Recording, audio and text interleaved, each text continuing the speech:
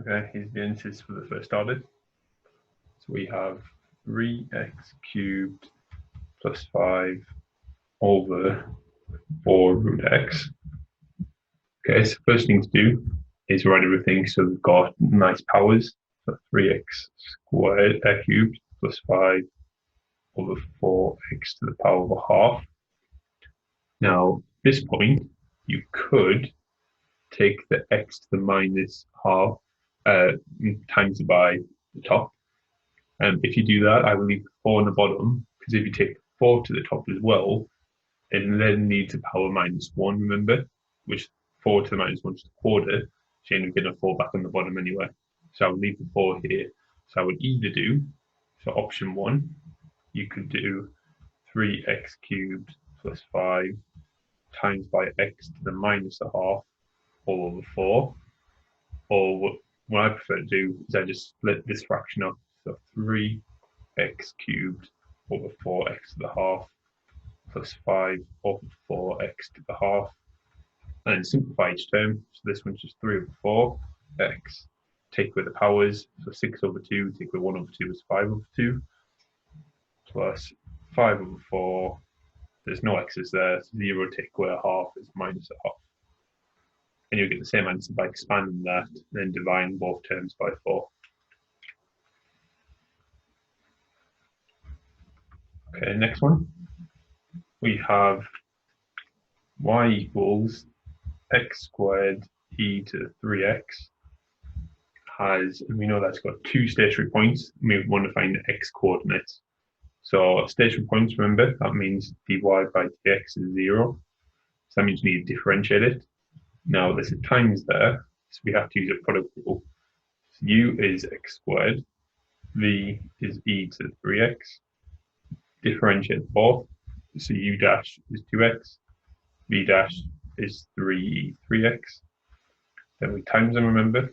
So dy by dx, the formula is uv dash plus du dash.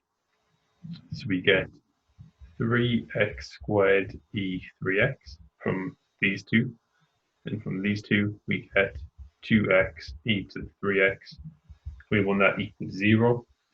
Now, to solve stuff at 0, that's equal to 0, we ought to have brackets, so we're going to factorize. So I can take an x out, and I can take an e to the 3x out. So I'm left with, from this first one, 3x, and the second one, 2. So I get 0. So I've got 3 bits. That could be equal to 0. Well, this one just gives me x equals 0, so there's one answer. E to the 3x equals 0. Well, that can't work. And if you want to double check, try doing ln of 0, and you'll get mass error. So this one, 3x plus 2 equals 0. We'll rearrange it, and you get x equals minus 2/3. So there's the second answer. So 0 and minus 2/3. Okay, third one. We have 3x squared take away 3x take away 2 all over x minus 1, x minus 2. Now, the first thing to spot is if you expand the bottom, you get an x squared, and there's an x squared on the top. So this is an example of an improper fraction. So one way you could do it is you could do this divided by this, and then you'll get a quotient and remainder, then do partial fractions and the remainder.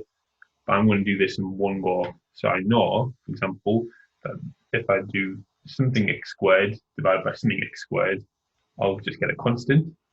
And then my remainder bit, I can split into partial fractions. So b over x minus 1 plus c over x minus 2.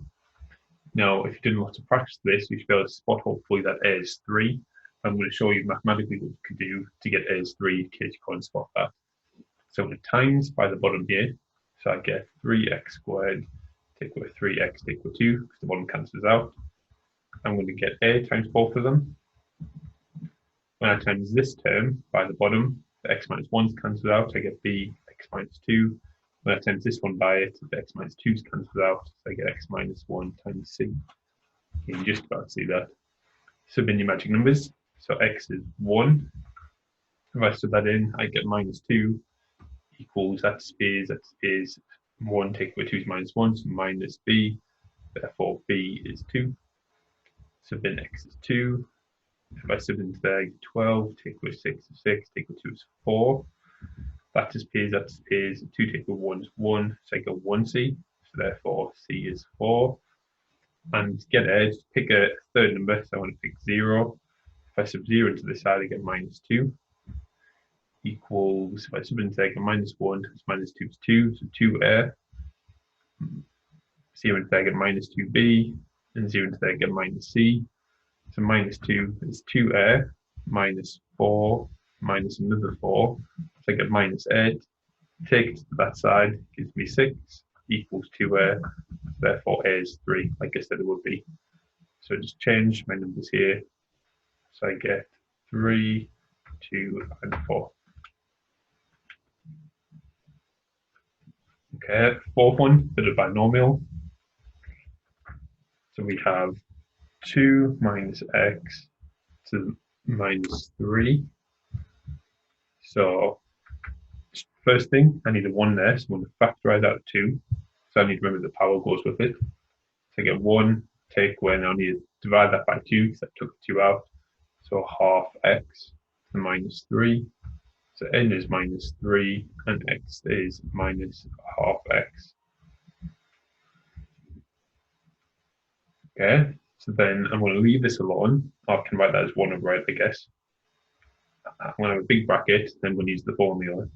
So 1 plus n times x plus n minus 1 over 2 times x squared plus n minus 1, n minus 2 over 3 times 2 times 1 times x cubed.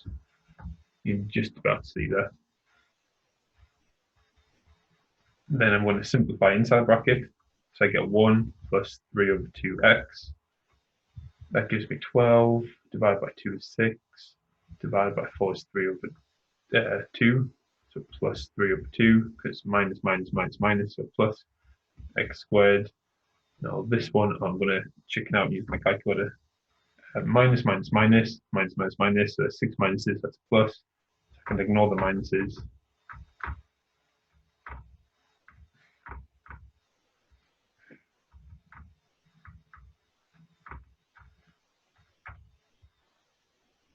Okay, that doesn't look right. Oh, I'll put times instead of divide.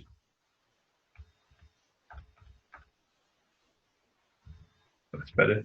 So plus 5 over 4 x cubed, and now expanded by the 1 over 8. So 1 over 8 plus 3 over 16 plus 3 over 16 plus 5 over 32. So there's the first 4 terms. Okay, and the last one, we've got a particle of mass 5 kilograms